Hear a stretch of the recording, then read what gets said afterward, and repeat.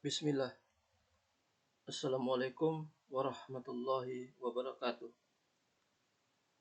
Sebelumnya kita sudah membahas tentang konsep dasar sistem informasi manajemen, mulai dari pengertian, kemudian mengapa perlu mempelajari sistem informasi manajemen, selanjutnya fungsi sistem informasi manajemen pada bisnis, dan juga manfaat sistem informasi manajemen dan komponen sistem informasi manajemen. Kemudian jenis laporan yang dihasilkan dan kategori sistem informasi manajemen serta contoh dari sistem informasi manajemen itu. Sebelumnya juga sudah disampaikan bahwa sistem informasi manajemen tumbuh dari 3 buah unsur, yaitu sistem, informasi, dan manajemen yang menunjukkan hubungan antara informasi dan manajemen dalam pengertian sebuah sistem. Nah, di materi ini kita akan membahas lebih mendalam tentang konsep sistem. Pokok bahasan mengenai konsep sistem ini berkaitan dengan beberapa hal yang merupakan kerangka atau garis besar pokok bahasan tersebut, yaitu yang pertama pengertian atau berbagai pendekatan dalam sistem, kemudian karakteristik sistem, klasifikasi sistem, dan cara pandang sistem. Selanjutnya, pendekatan sistem dalam pemecahan masalah dan pengendalian sistem. Nah, baik, sekarang kita masuk ke bahasan pertama, pengertian dari sistem. Sistem dapat dikatakan sebagai seperangkat elemen yang digabungkan antara satu dengan yang lainnya untuk suatu tujuan bersama. Sistem dapat merupakan sesuatu yang abstrak maupun yang berwujud. Dalam mendefinisikan sistem, ada dua pendekatan yang digunakan. Yang pertama, pendekatan yang menekankan pada prosedur. Kemudian yang kedua, pendekatan yang menekankan pada elemen dan komponen dari sistem. Nah, pendekatan prosedur mendefinisikan sistem sebagai suatu jaringan kerja dari prosedur-prosedur yang saling berhubungan, berkumpul bersama-sama untuk melakukan kegiatan atau menyelesaikan suatu sasaran tertentu. Prosedur sendiri merupakan urutan-urutan yang tepat dari tahapan-tahapan instruksi yang menerangkan apa atau what yang harus dikerjakan, kemudian siapa atau who yang mengerjakannya, kapan atau when dikerjakan, dan bagaimana how mengerjakannya. Ini menurut Fitzgerald dalam Jugianto. Nah, pendekatan elemen atau komponen mendefinisikan sistem sebagai sekumpulan elemen yang saling berinteraksi antara satu dengan yang lainnya untuk mencapai suatu tujuan tertentu. Definisi lainnya dari pendekatan elemen atau komponen ini mengemukakan bahwa sistem adalah sekelompok elemen-elemen yang saling terintegrasi dengan maksud yang sama untuk mencapai suatu tujuan. Nah, sistem sendiri merupakan sekumpulan elemen, alat, manusia, aturan, dan peraturan yang saling berhubungan antara satu sama lain, yang membentuk kesatuan integral untuk mencapai tujuan bersama. Lebih lanjut, ahli dari Turban mendefinisikan sistem sebagai kumpulan orang, sumber, konsep, dan prosedur yang diharapkan membentuk sebuah fungsi atau melayani tujuan. Pendekatan elemen atau komponensial tersebut dapat dikatakan bersifat lebih luas dan lebih banyak diterima oleh berbagai kalangan. Pada intinya, pemahaman terhadap sistem ini dapat dilihat dari beberapa kata kuncinya, yakni sebagai berikut. Yang pertama ada elemen atau bagian atau komponen atau subsistem. Contohnya adalah alat, manusia, peraturan, dan sebagainya. Yang kedua ada interaksi atau hubungan. Kemudian yang ketiga terintegrasi dalam satu kesatuan. Dan yang terakhir ada tujuan. Ada tujuan atau goal atau objektif. Goal atau tujuan biasanya untuk ruang lingkup yang lebih luas. Contohnya di sini misalnya seperti sistem bisnis. Objektif atau sasaran biasanya untuk ruang lingkup yang lebih sempit. Contohnya di sini seperti sistem produksi atau sistem akuntansi dan yang sebagainya. Nah, secara umum, seperti terlihat pada gambar, sistem dibagi dalam 3 bagian besar. Yang pertama ada input, ada proses, dan output. Sistem dikelilingi oleh lingkungan, environment, dan terkandung mekanisme umpan balik, feedback. Input mengandung semua elemen yang masuk ke dalam sistem. Sementara proses meliputi semua elemen yang diperlukan untuk mengkonversikan atau mentransformasikan input ke output yang terkandung dalam proses. Nah, output sendiri adalah produk-produk akhir atau konsekuensi yang terjadi dari suatu sistem. Nah, untuk umpan balik adalah aliran informasi dari komponen keluaran bagi pengambil keputusan mengenai keluaran sistem. Dan lingkungan dari sistem terdiri dari beberapa elemen yang membentang di luar pengertian sistem dan bukan input atau bukan output atau bukan proses. Ini menurut ahli dari Turban seperti yang sudah dijelaskan tadi.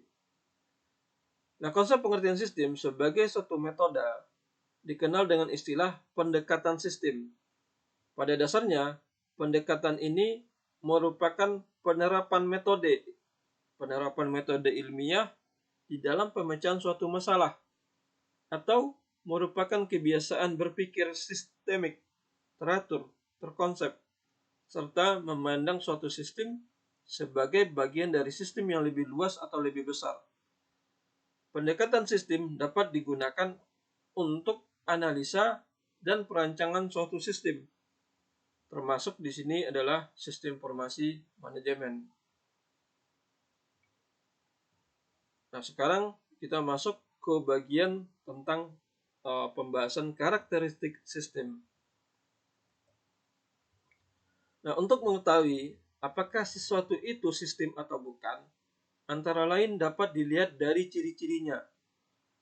Berdasarkan batasan sistem yang sudah dijelaskan sebelumnya, dapat dikemukakan bahwa karakteristik sistem akan berkaitan dengan adanya elemen-elemen yang terdiri dari beberapa subsistem, kemudian mempunyai batas sistem atau boundary, batas, selanjutnya memiliki tujuan tertentu, adanya proses transformasi, memiliki input dan output, adanya saling ketergantungan, atau adanya terjadi interaksi melalui sebuah interface, dan adanya mekanisme pengendalian, mempunyai sifat menyeluruh dan lingkungan atau environment. Nah, lebih jelasnya, karakteristik sistem ini terdiri dari yang pertama komponen sistem, kemudian batas sistem, berikutnya lingkungan luar sistem, selanjutnya penghubung sistem atau interface, berikutnya input atau masukan, output keluaran dari sistem, pengolah sistem, dan sasaran dari sistem. Nah, sekarang kita lihat dari komponen sistem. Artinya, komponen sistem terdiri dari sejumlah komponen yang saling berinteraksi atau bekerja sama membentuk satu kesatuan. Komponen itu sama dengan elemen, sama dengan bagian, sama dengan subsistem. Nah, contohnya di sini bisa berupa alat, manusia, dan sebagai yang lainnya. Nah, berikutnya adalah batas sistem atau boundary. Batas sistem adalah daerah yang membatasi antara satu sistem dengan sistem yang lainnya atau dengan lingkungan luarnya. Batas sistem memungkinkan dipandang sebagai satu kesatuan serta menunjukkan ruang lingkup atau skop dari sistem tersebut. Berikutnya adalah lingkungan luar sistem atau environment. Lingkungan adalah apapun di luar batas sistem yang mempengaruhi operasi dari sistem. Nah, lingkungan ini bisa saja bersifat menguntungkan atau juga merugikan. Jadi bisa dua sifat, baik atau buruk. dari lingkungan itu sendiri. Kemudian penghubung sistem atau interface. Penghubung sistem merupakan media penghubung antara satu subsistem dengan subsistem lainnya. Melalui interface inilah sumber daya mengalir dari satu sistem ke sistem lainnya. Kemudian juga dari interface inilah output satu subsistem menjadi input bagi yang lainnya.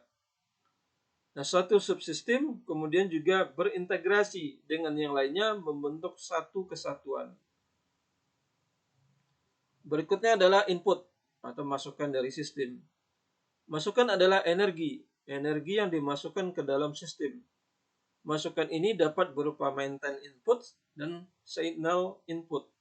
Jadi bisa dalam bentuk maintenance input atau sinyal input. Maintenance input artinya energi yang dimasukkan agar sistem dapat beroperasi. Contohnya di sini seperti program komputer. Sementara sinyal input adalah energi yang diproses menjadi output. Nah, contohnya di sini adalah seperti atau berbentuk data. Nah, selanjutnya adalah keluaran sistem atau output. Keluaran sistem adalah energi yang diolah dan diklasifikasikan menjadi keluaran yang berguna. Contohnya di sini seperti informasi. Dan sisa pembuangan. Contohnya seperti di sini adalah panas dari komputer. Keluaran sistem dapat menjadi input bagi subsistem lainnya atau kepada sistem yang lebih besar, suprasistem. Suprasistem adalah sistem yang mempunyai hubungan lebih luas dari sistem. Jika suatu sistem menjadi bagian dari sistem lain yang lebih besar, maka sistem yang lebih besar tersebut dikenal dengan istilah atau sebutannya supersistem. Nah, selanjutnya pengolah sistem. Pengolah sistem ini akan merubah input melalui proses menjadi sebuah output atau transformasi atau proses.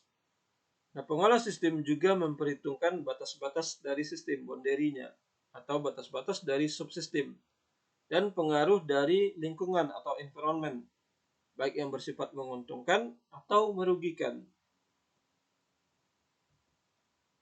Selanjutnya adalah sasaran sistem. Sistem pasti memiliki tujuan atau goal atau sasaran objektif. Nah, sasaran sistem ini akan menentukan input yang dibutuhkan dan output yang dihasilkan. Karakteristik sistem tersebut tidaklah bersifat kaku, sebagaimana dinyatakan oleh MacLeod, bahwa tidak semua sistem memiliki kombinasi elemen-elemen yang sama, tetapi secara susunan dasarnya adalah sama. Contohnya seperti di sini adalah sistem pemanas. Nah, inputnya seperti pada sistem pemanas, inputnya adalah bahan bakar, bisa saja gas atau listrik. Kemudian transformasi, artinya di sini mengubah input menjadi output melalui pemanas. Nah, bahan bakar tadi ditransformasikan menjadi panas sebagai outputnya. Nah, mekanisme pengendalian dalam hal ini adalah contohnya seperti pengatur suhu atau termostatnya. Kemudian bagaimana dengan umpan balik atau feedback? Artinya di sini adalah kawat penghubung termostat dengan pemanas, di mana tujuannya adalah dapat dihasilkan temperatur atau skala pada termostat sesuai yang kita inginkan. Nah, selanjutnya kita masuk ke bagian tentang klasifikasi sistem. Secara umum, sistem dapat diklasifikasikan sebagai berikut. Yang pertama, sistem alamiah dan sistem buatan. Kemudian, sistem tertentu dan sistem tak tentu. Berikutnya, sistem sederhana dan sistem kompleks. Lalu, sistem stabil dan sistem dinamis. Selanjutnya, sistem adaptif dan sistem non-adaptif. Berikutnya adalah sistem permanen dan sistem temporer. Kemudian sistem fisik dan sistem konseptual. Kemudian juga subsistem dan supersistem. Lantas adalah sistem tertutup dan sistem terbuka. Nah, sekarang kita lihat Apa itu sistem alamiah dan sistem buatan? Sistem alamiah adalah sistem yang terjadi melalui proses alam, di mana tidak dibuat oleh manusia. Contohnya di sini seperti perputaran bumi atau rotasi bumi. Kemudian untuk yang buatan artinya sistem yang dirancang oleh manusia. Contohnya seperti di sini adalah sistem informasi. Nah, berikutnya sistem tertentu atau deterministik dan sistem tak tentu atau probabilistik. Nah, sistem tertentu di sini beroperasi dengan tingkah laku yang dapat diprediksi. Contohnya seperti di sini adalah sistem komputer. Sementara sistem tak tentu artinya sistem yang kondisi masa depannya tidak dapat diprediksi karena mengandung unsur probabilitas. Berikutnya adalah sistem sederhana dan sistem kompleks. Sistem sederhana terdiri dari sedikit elemen dan interaksinya tidak rumit dan sifatnya langsung. Sementara sistem kompleks memiliki banyak elemen yang sangat erat kaitannya dan saling berhubungan dalam kenyataannya. Banyak sistem, kalau kita lihat, merupakan gabungan antara sistem sederhana dan sistem kompleks. Kemudian sistem stabil dan sistem dinamis. Nah, kalau sistem stabil artinya jika perubahan yang terjadi di lingkungan memberi pengaruh yang sangat kecil atau tidak sama sekali terhadap sistem. Contohnya di sini perusahaan mainan dari kayu. Maka dia perubahan yang terjadi di lingkungannya tidak akan memberi pengaruh atau tidak ada pengaruh sama sekali. Sementara sistem dinamis artinya sistem yang terus berubah dengan cepat seiring dengan perubahan yang terjadi pada lingkungannya. Contohnya di sini adalah perusahaan manufacture komputer. Kemudian sistem adaptif dan sistem non-adaptif. Sistem adaptif artinya sistem yang memberikan respon terhadap lingkungannya. Sementara sistem non-adaptif adalah sistem yang tidak memberikan respon terhadap lingkungannya. Nah, kedua sistem ini, baik yang adaptif atau non-adaptif, berkaitan dengan sistem stabil dan sistem dinamis. Kemudian, sistem permanen dan sistem temporer. Sistem permanen artinya sistem yang memiliki eksistensi jangka panjang. Umumnya, sistem ini lebih dari 10 tahun eksistensinya, masa hidupnya atau masa guna atau pakainya. Sementara sistem temporer adalah sistem yang eksistensinya dalam jangka pendek. Contohnya di sini kalau misalnya diambil dalam bentuk hubungan adalah kemitraan. Artinya di sini merupakan hubungan antara satu perusahaan dengan perusahaan dalam bentuk kemitraan itu dalam jangka pendek. Kemudian sistem fisik dan sistem konseptual. Sistem fisik terdiri dari sejumlah sumber daya fisik. Contohnya di sini sistem bisnis. Sementara sistem konseptual, sistem yang menggunakan sumber daya konseptual, umumnya berupa data dan informasi untuk mewakili suatu sistem fisik. Selanjutnya adalah subsistem dan supersistem. Subsistem adalah sebuah sistem di dalam suatu sistem yang lebih besar. Sementara supersistem adalah sistem yang lebih besar dan terdiri dari subsistem-subsistem. Contohnya di sini seperti pemerintahan provinsi merupakan supersistem dari pemerintahan kota. Namun, pemerintahan provinsi juga merupakan subsistem dari pemerintahan secara nasional. Kemudian sistem tertutup dan sistem terbuka. Sistem tertutup artinya sistem yang tidak berhubungan dan tidak terpengaruh dengan lingkungan luarnya. Walaupun memang kalau kita lihat tidak ada yang benar-benar tertutup. Yang ada itu hanyalah relatif closed system, artinya sistem yang relatif tertutup. Nah, untuk sistem terbuka artinya sistem yang berhubungan dan terpengaruh dengan lingkungan luarnya.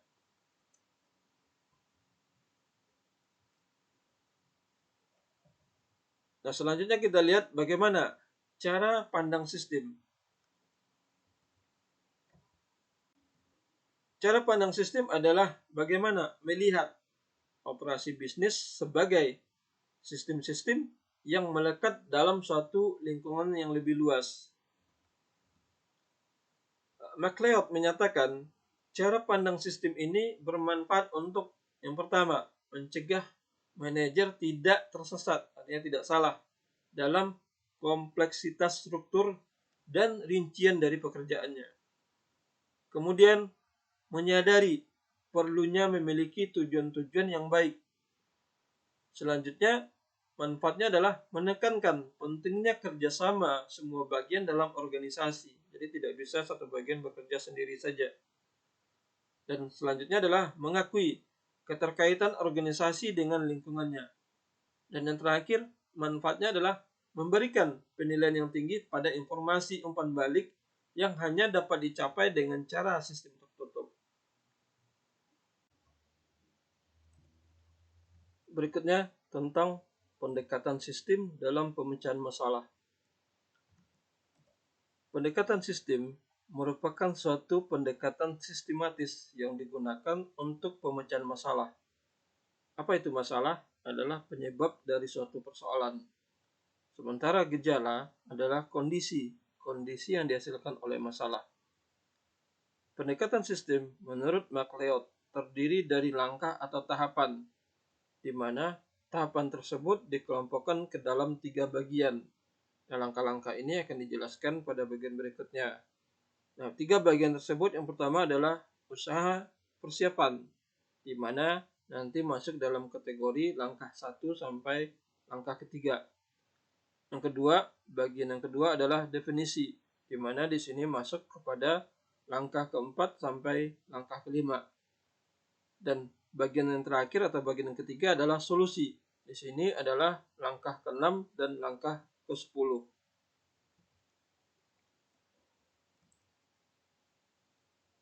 Berikut rincian terhadap tahapan pemecahan masalah dengan pendekatan sistem yang terdiri atas pertama, memandang perusahaan sebagai suatu sistem, kemudian mengenal sistem lingkungan, dan mengidentifikasi subsistem perusahaan. Inilah yang masuk dalam kategori bagian pertama, yakni usaha persiapan.